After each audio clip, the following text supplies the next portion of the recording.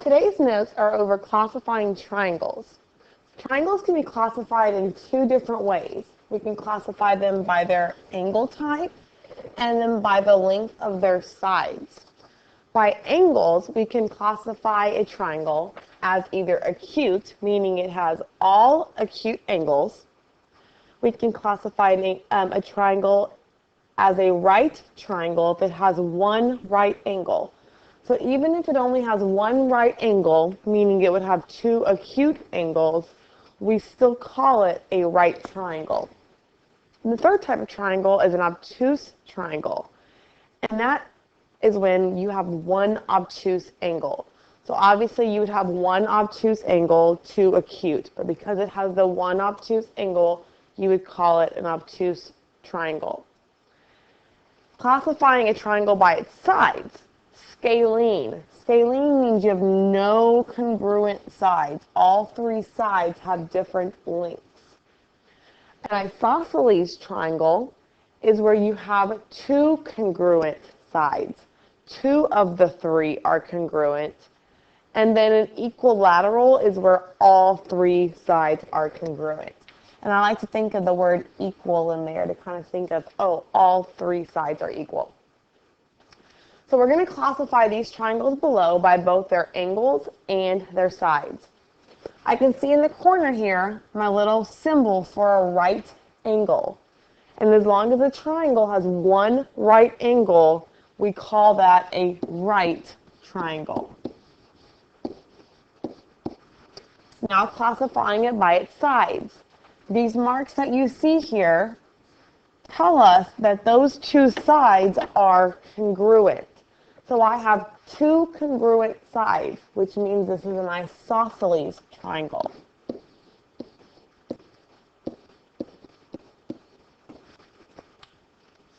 It's very important that you learn this vocabulary for these different types of triangles. Number 2, classifying this triangle by its angle. It appears that this angle is an obtuse angle, so we'll call this an obtuse triangle. And again, I have two congruent sides, which makes it an isosceles.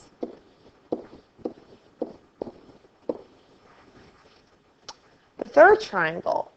All three of my angles are acute. They're all three less than 90 degrees. So this is an acute triangle. And all three congruent sides as well, meaning it's an equilateral.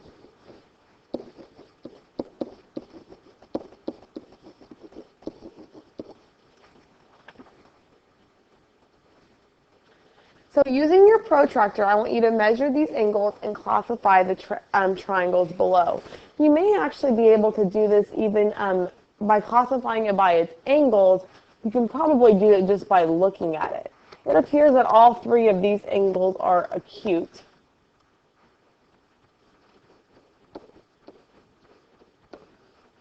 And then looking at this one, I think it's pretty obvious that this angle here would be obtuse, making this an obtuse triangle.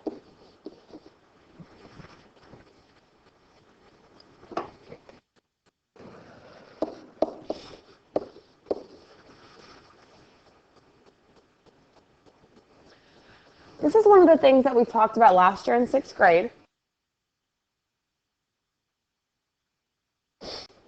The sum of the measures in the angles of a triangle is 180 degrees.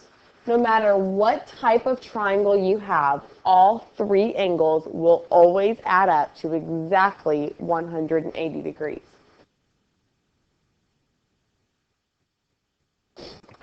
So knowing that, let's take a look at number 6, and let's solve for the measurement of angle Z. Knowing that all three of them have to equal 180, we already have 119 and 43 degrees. So let's add those up first.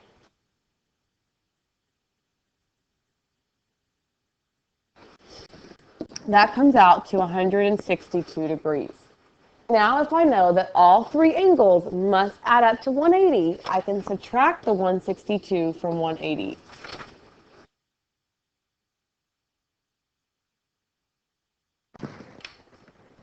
which is 28. So angle D must be 28 degrees.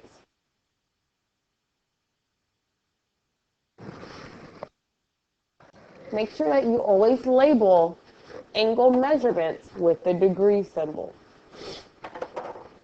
Number 7, the measurement of angle X. Again, we're given 2 angle measurements. Let's solve for the missing one. So we're going to add 89 and 60, the 2 angles that were already given.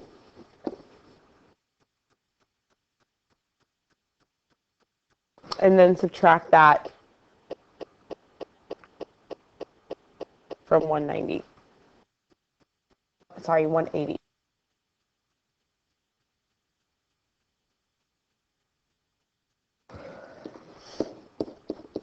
Ten minus 9 is 1, 7 minus 4 is 3, so 31 degrees.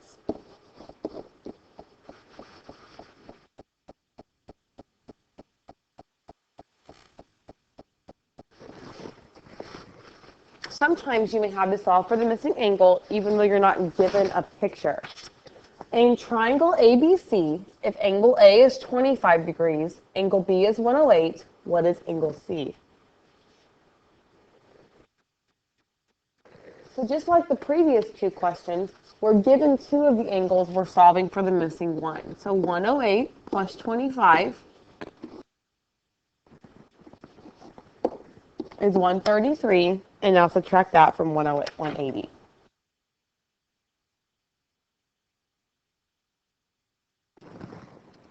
And that is 43 degrees. So the missing angle is 43 degrees. So again, no matter what type of triangle you have, right, acute, obtuse, isosceles, equilateral, scalene, all 3 angles will always add up to 180 degrees. 46 and 34. Solve for the missing angle, angle E. 46, 34 is 80. 180 minus 80 is 100 degrees.